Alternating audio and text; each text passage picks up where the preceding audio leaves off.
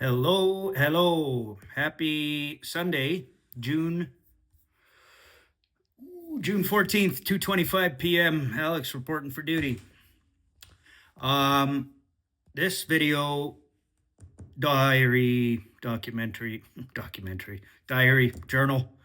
I'm going to take a slightly different approach to it because I want to record this with as much clarity as possible so I can come back to this in the future and really reflect. Um Long story short, I've had struggles my entire life, man. I got childhood traumas from, I can only account it as being a severe bully in grades 7 and 8. Threatened my life, and even the police didn't act. And that stung, and it's something it's ruminated in my brain since then. For almost 40 years, this guy's been living rent free in my brain. And I've talked about it countless times with multiple therapists and counselors. And as the time goes on, I've sort of let it go. I don't talk about it or think about it consciously, but the fact that I just mentioned it tells you that it's still ruminating in my brain somewhere. Fast forward, I my ambition in life was to be a pilot. I was always obsessed with aviation and flying, man. Like even at a young age, like no older than 8 or 9, and I could have explained to you the control surfaces on an airplane, the rudder elevator and the ailerons, and how that controlled three-dimensional space and 6 degrees of freedom. And they're not complex subjects by any stretch, but for an 8 or 9 year old to have picked that up on his own, because my dad worked for the airlines, he was a mechanic, wanted to be a pilot, couldn't qualify because he had poor eyesight, so he became a mechanic instead. So he pushed that on me right from birth, and I always had planes and pictures and posters and models. And by the time I was 10 years old, I had a fully operational RC, a radio-controlled airplane, which only had an elevator and rudder. That didn't have ailerons because it was only 2 control surfaces. But it was an interesting exposure to aerodynamics. And anyway, long story short, that was always a hobby and a passion of mine, and my dad had me convinced I wanted to be a pilot. I joined Air Cadets at 12, stopped at 13, and then came back at about 14. An attempt to get my gliders and powers, because my goal, according to my dad, was that I would to be a glider pilot and then a powered pilot, and then at 18 or 19, graduating high school, going right into the Air Force, and quick and what's the word I'm looking for? Quick and easy into the cockpit of an F-18. That was my goal. And it's still something I think about every day in my life at 47 years old. I look to the sky constantly when I see airplanes, specifically fighter jets. I watch videos on fighter jets, the Blue Angels. I would love to take a ride in an F-18 one day if you could hook it up, please. Anyway, I'm emphasizing my interest and passion for that. And I never did pass. I was dropping out of school in grade 10, high school. But in Air Cadets, that's the best that you can be, as far as I can tell. Academically, I'm almost positive I scored 99, if not 100%, on my tests. The few tests that I did get back, I was definitely 99. I'd maybe get 1 or 2 questions wrong each of these tests, and these were like cadet procedures and military procedures and ranking type tests, not even aviation related tests. And this is stuff I'd been reading books that my dad had in the basement since I was old enough to read. So I know I passed those fucking tests with flying colors. And, I went in front of a review board, and 3 times, 2 at least, 3 maybe, where I was rejected and declined the privilege of the opportunity of becoming a pilot, either glider or powers. The 3rd time it happened, I quit. I was like, fuck, I'm done with cadets. This is a fucking joke. Everything I've done, like spick and span uniform, the polished boots. I knew all the secrets of how to iron and keep things ship and shiny. And, I followed the rules the more pedantically than any other cadet. I made sure I was above board on every level. And still I was rejected because I didn't understand the politics and how people are chosen. what I knew was what my dad told me, that, academically, if you achieve academically, you're guaranteed results, and that is not the way the world works. And that was a hard lesson to learn at 14 or 15 years old. I gave up on flying, and then sometime in my late teens, I tried getting a job at a local airport. I was declined. They were only looking for high school students in the evening. And that kind of hurt. There was a few times I tried hanging out at the airport thinking someone would see me and offer me a position, because clearly if I was standing in the field for hours at a time, days on end, that I was interested. But my life is not a Hollywood movie. It didn't work out that way. So I gave up on aviation completely. Not completely. I tried once or twice on my own accord making money at pumping gas, which was not much. I went on familiarization flights a couple of times, and then 9/11 happened, and that was it. I was like, no, I'm done. And I started looking more into software development as a future, because I had taught myself software engineering, development practices, theories, etc. Around the same time I joined Air Cadets, my dad brought home Flight Simulator for Microsoft version 5. And because I didn't have Winnipeg to land at, I started reverse engineering the software, man, just through determination of will and luck and chance, man. I jumped on CompuServe early in the day before the internet was a thing. And I managed to track down one guy that was a competent programmer, and he kind of mentored me to the point where I started learning about hex editing and reverse engineering, and then regeneration of scenery files from text inputs. And that was that. That was me kind of hooked in software development and understanding computers. Long story short, I dropped out in grade 10, and I really flip-flopped around life trying to figure out what I was going to do. And I started getting jobs as software developer, contract works, and I sold a couple of products that I built. Didn't make a lot of money. One of them was like a aeronautical distance calculator, flight planner, very primitive. You'd enter in the geo coordinates of, Winnipeg and Vancouver, and it would give you the great circle distance. Later on, it was enhanced so that it would actually compute the waypoints between Winnipeg and Vancouver using VOR and NDP nav aids. I sold a couple of those copies, believe it or not. Someone sent me a check for $15. That was actually before I was 18. I was only about 16 or 17 when that happened. But yeah, I made some money, and then I started getting into web development around 2002, and that's when things started to click for me. But long story short, it didn't pan out perfectly. There was a lot of ups and downs in the first 10 years of my 20s with career success. And I always had this strong feeling of imposter syndrome because I was a fraud. I dropped out in grade 10, and at the time I had a neck tattoo. I got this pretty early in life, and that was probably 2002 I got that tattoo. So there wasn't a lot of people with tattoos, especially on their neck, and I had one. So as proud as I was of it, it's a maple leaf that represents Canada, Air Canada specifically. Man, I got a lot of questions about it, and people seen it as more sketchy, I think, than anything. So it just furthered my insecurities of imposter syndrome. And it's an ugly feeling to have, man, because I've said this so many times in comments on YouTube and TikTok and Facebook and everything else, but like that self voice, that internal voice, where if you tell yourself you're a loser because someone else called you a loser, which has happened to me in my life by adults that were supposed to be educators and teachers and mentors, they'd called me stupid and retarded because I misbehaved a couple times. I'd kicked the ball too hard in gym class and I hit a girl in the face or something like that. My gym teacher called me a retard and told me to go play in traffic, and I laughed at her. It water off my shoulder, but I remember it distinctly. And my grade 2 or grade 3 teacher did the same thing to me because I was misbehaving in French class and put glue in the teacher's purse or something. And that the one teacher, I remember her kind of poking me in the head, calling me stupid. The point that I'm getting at is that people told me that. I started telling myself that. And by the time I was 22, I thought I was an idiot. And if you start thinking you're an idiot, you act like an idiot, and then you become an idiot. And I mean, that's my story of my 20s and 30s, is why I did such stupid things and projected my insecurities onto the world, onto people, onto vulnerable people.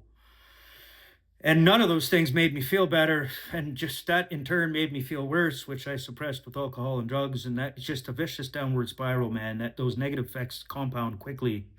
And before I knew it, I was like, fuck, I'm not going to make it until 40. I'll be dead before I'm 30 or in prison. Thankfully, knock on wood, I never made decisions that were irreversible. But that is the path that I thought I was going down in my 20s. And that, too, further engraved the idea that I was an imposter. So as I started to climb the social ladder in terms of, my first real position as a software engineer was probably in 2007 or 8. I quit my job as a delivery driver, making $7 an hour. And I got an opportunity as a full-time contract developer for today it's one of the world leading e-commerce companies, not Amazon. But not Shopify either, but they're big like Shopify. Anyway, they hired me and it was $42,000 a year, which relative to $7 an hour was like, holy moly, I'm rich. But I was very insecure and I wanted to do things my way, and that opportunity didn't last forever. They ended up axing me after about a year and a half. The first couple of months were great. They were praising me. They gave me a bonus. And then I just got tired of doing shit for them because I thought it was shit. And I called it shit, and that didn't go over well. So that happened to me repeatedly several times in my early 20s, working in web dev shops locally, building websites and apps for companies and telling the owner of the agency that their software sucked. Not a good move. Anyway, where am I going with this? I carried that with me my whole life, that insecurity of not being enough and seeking external validation and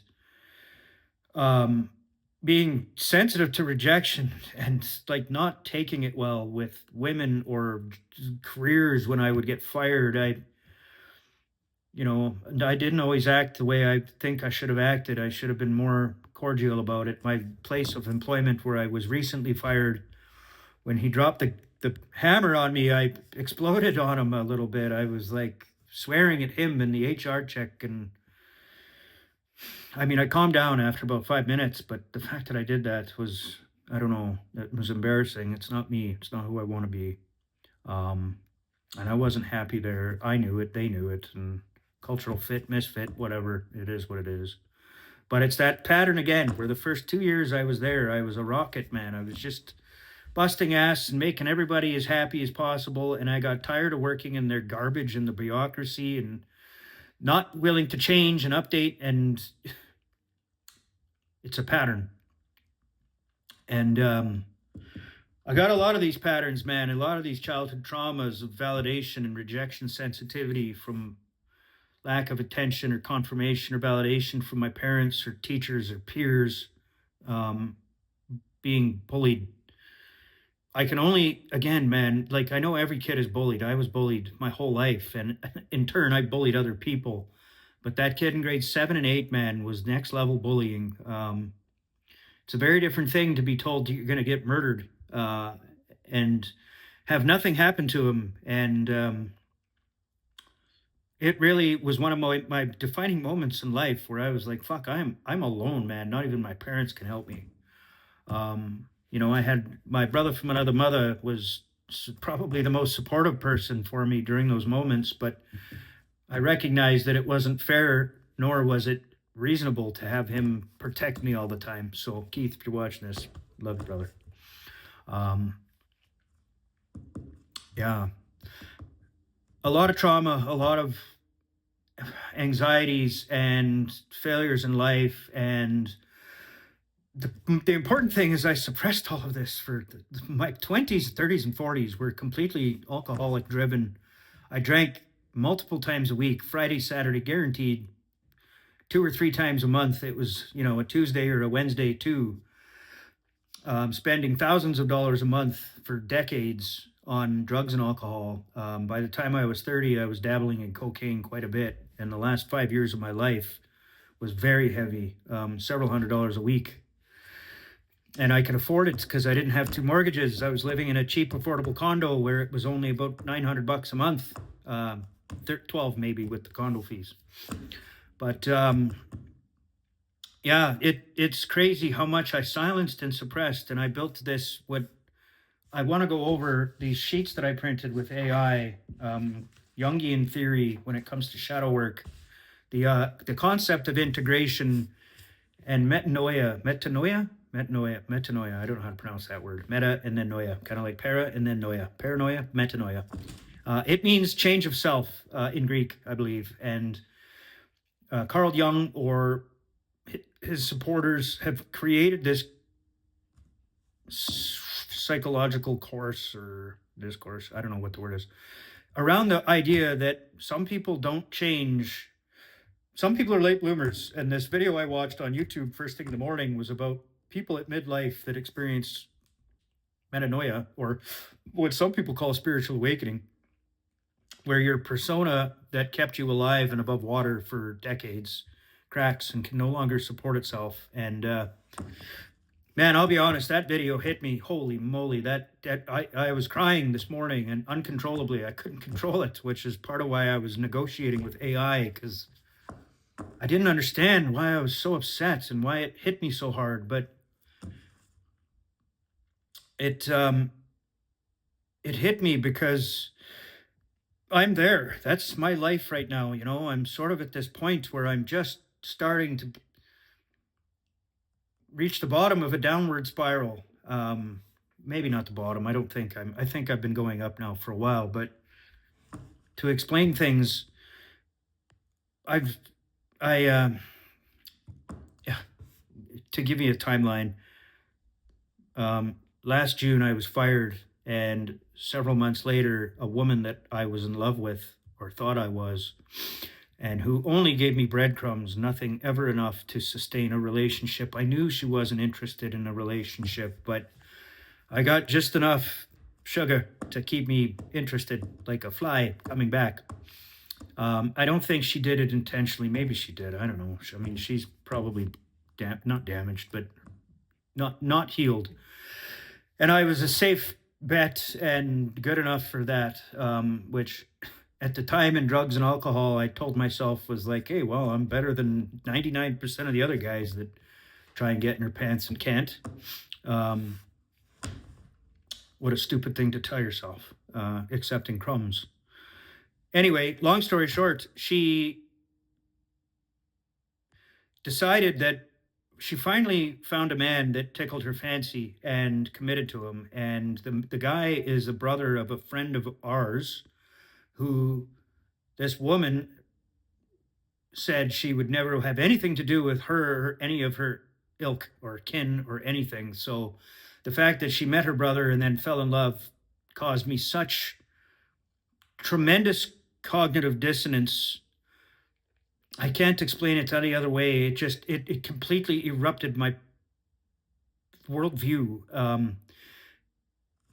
A few months prior to that, again, being fired, that was my other part of my identity, was my being a developer and a competent developer. And just those two events happening so close together, man, it ruptured everything I was.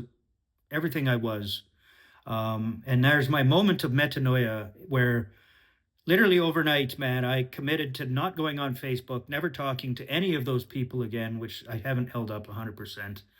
But I no longer hang out with them. I don't do drugs. I haven't had a line of cocaine since October of last year.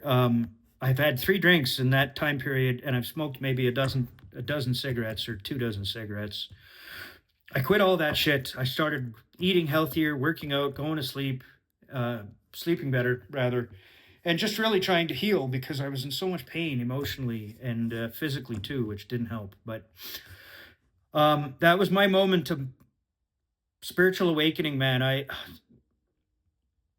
After 9 months of sobriety and solitary confinement, for lack of a better word, because I live alone and I work from home, I have a lot of time to myself to self-reflect and introspect and ask, where am I going and why am I going there and why did this happen and blah, blah, blah.